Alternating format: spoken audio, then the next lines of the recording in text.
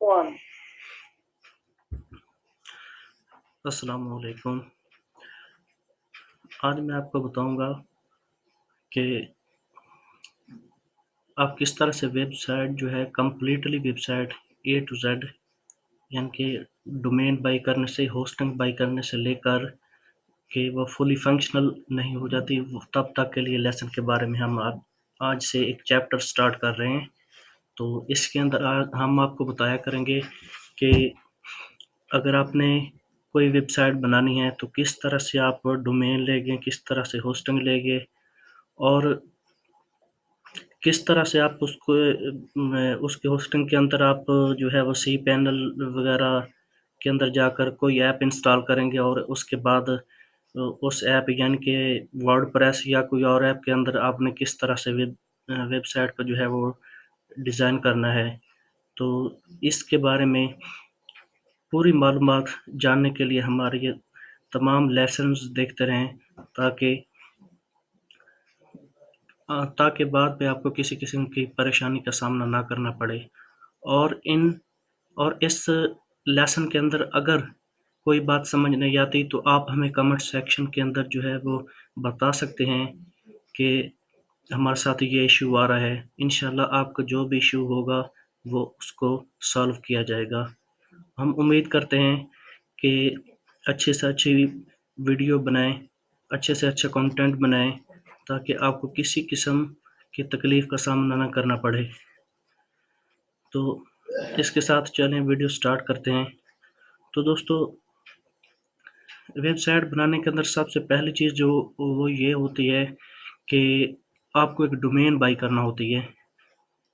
Domain और domain के बाद जो है उस डोमेन को लगाने के लिए हमें होस्टिंग भी चाहिए होती है।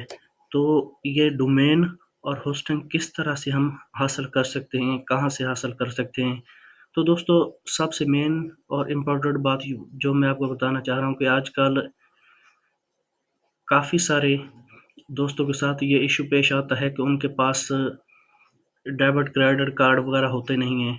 तो वो ये सवाल पूछते हैं कि हमारे पास तो कार्ड वगैरह या कोई उसको बाई करने का वे तो नहीं है, तो हम किस तरह से उसको बाई करें?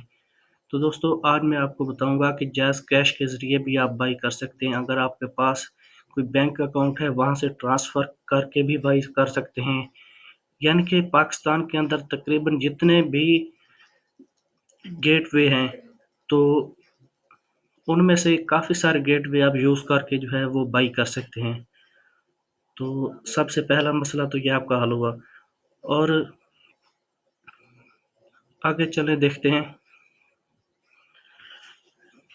सबसे पहले एक वेबसाइट है जिसका लिंक मैं डिस्क्रिप्शन के अंदर भी दे दूंगा। उसका नाम है होस्टर ट्राइब।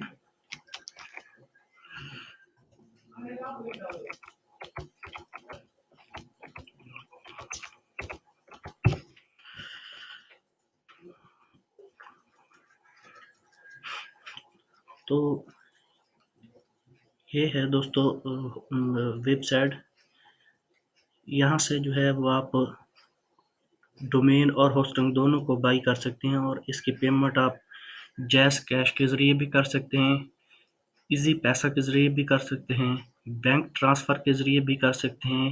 यानी कि जो भी आपके पास ऑप्शन मौजूद हो आप उसी तरीक़ा से इसको कर सकते हैं। तो सबसे पहले तो आपने इसके अंदर रजिस्टर्ड होना है। तो यह देखना एक छोटा सा फॉर्म है, इसको फिल कर दें। नेम है, ईमेल है, लास्ट नेम, फ़ोन नंबर है। तो कंपनी की थोड़ी सी इंफॉर्मेशन है, सिटी हो गया। तो ये फॉर्म है, इसके अंदर कंट्री आपने पाकिस्तान सेलेक्ट कर देना है और इसके अंदर आपने रजिस्टर्ड हो जाना है। तो दोस्तों रजिस्टर्ड होने के बाद आपने इस वेबसाइट के अंदर लॉगिन होना है। क्योंकि ऑलरेडी मैंने अकाउंट बनाया हुआ तो इसलिए मैं डायरेक्टली इसके अंदर लॉगिन हो गया हूँ।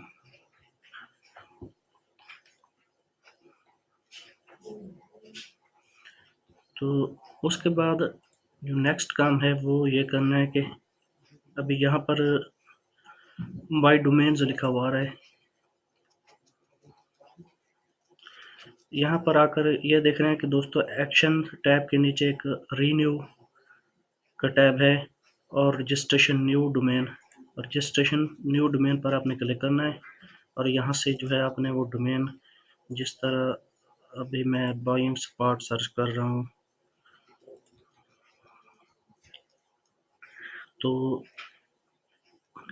दोस्तों ये तो नहीं है, लेकिन बहरहाल आपको समझाने के लिए ये कर रहा हूँ कि ये देख लें कि buyingspot.net के अंदर यह डोमेन मौजूद है। तो यहाँ पर आपने इसको ऐड टू कार्ट कर देना है।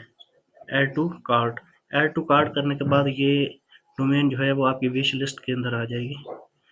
तो विश लिस्ट के अंदर आने के बाद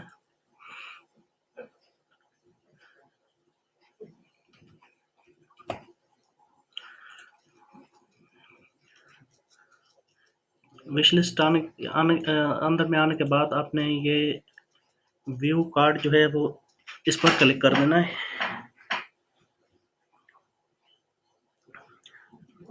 ये जो व्यू कार्ड, ये दोस्तों अगर आप वेबसाइट के अंदर लॉग इन हो गए तो ये शो होगा, पता नहीं किस जगह पे शो होता है, लेकिन अगर आप लॉग आउट होते हैं यानी कि आप रजिस्टर होने के बगैर जब आप पहले करेंगे तो ये बटन जो है वो शो होता है। तो अभी यहाँ पर मेरे पास तो, क्योंकि यहाँ पर मैंने कोई अमाउंट नहीं की, अगर होती तो यहाँ पर जो है वो चेकआउट का ऑप्शन आ जाता है। दोस्तों चेकआउट के प्रोसेस पर क्लिक करने के बाद जो है वो आपको एक फॉर्म मिलेगा। वो फॉर्म किस तरह का होगा वो मैं आपको दिखाता हूँ।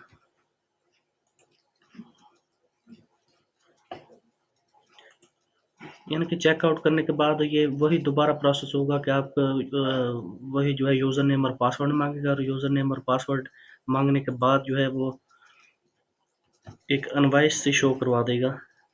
वो इनवॉइस किस तरह की होगी ये मैं आपको अभी दिखा रहा हूँ।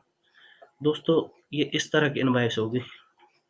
ये यहाँ पर जो रेड कलर के अंदर अनपेड लिखा हुआ है, इसके अंदर उन्होंने अकाउंट की डिटेल्स दी हुई होती हैं कि आपने जो भी वो रकम अमाउंट दी गई होगी तो इसके अंदर से जो है वो आप बाई कर सकते हैं।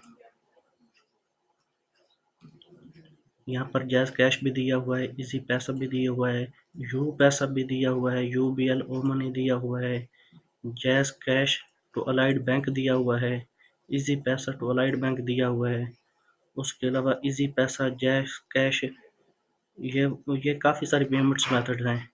तो दोस्तों आपने करना ये है कि ये बिलिंग मेथड्स के नीचे ये एक लिंक शो हो रही है, ये वाला लिंक, तो इसको आपने कॉपी कर लेना है।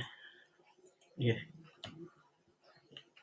पेमेंट कितनी है दोस्तों ये देख लें कि जैसे ही आप बाई करेंगे तो वो एक इनवॉइस सी बनाकर आपको दे देंगे कि आपकी इतनी पेमेंट बन रही है। जैसे यहाँ पर मेरी ये $48 बनी हुई है।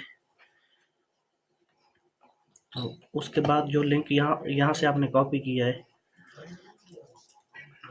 इसको आपने यहाँ पर पेस्ट कर देना है।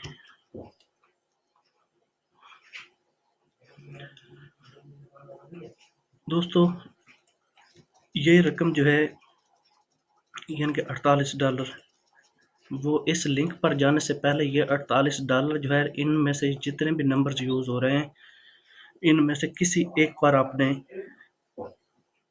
ये पैसे जमा करवा देने हैं। यानी कि अगर आपके पास जैज़ कैश का अकाउंट है तो वहाँ पर आपने उनका जैज़ कैश का नंबर लेकर उसके ऊपर मैनुअली सेंड करने हैं। मैनुअली सेंड करने के बाद ये जो लिंक है इसी लिंक को कॉपी कर लेना है और नेक्स्ट टैब पर इसको ओपन करना है और यहाँ पर आपने अपनी मालूमात लिखनी है, name, last name, email, mobile का नंबर। तो आपने जिस मेथड से पेमेंट की होगी, यानी कि अगर आपने जैज़ कैश के ज़रिए की है तो यहाँ पर क्लिक कर दें और कितनी करवाई है रकम, यानी कि 4800 का तकरीबन 5-6 हज़ार रुपये, 6 हज़ार से प्लस बनता है, तो ये आपने दर्ज कर देना है। डेट ऑफ डिपॉजिट, जिस डेट को आपने करवाई है वो यहाँ पर दर्ज करनी है और ट्रांजैक्शन आईडी, यानी कि जिस अकाउंट के से आप करवाएंगे रकम तो ट्रांजैक्शन आईडी होता है वो यहाँ पर दर्ज कर देना है। और यहाँ पर दोस्तों आपने अपना CNIC नंबर दर्ज कर देना है और यहाँ पर आपने वेरीफाई पर क्लिक करना है। दोस्तों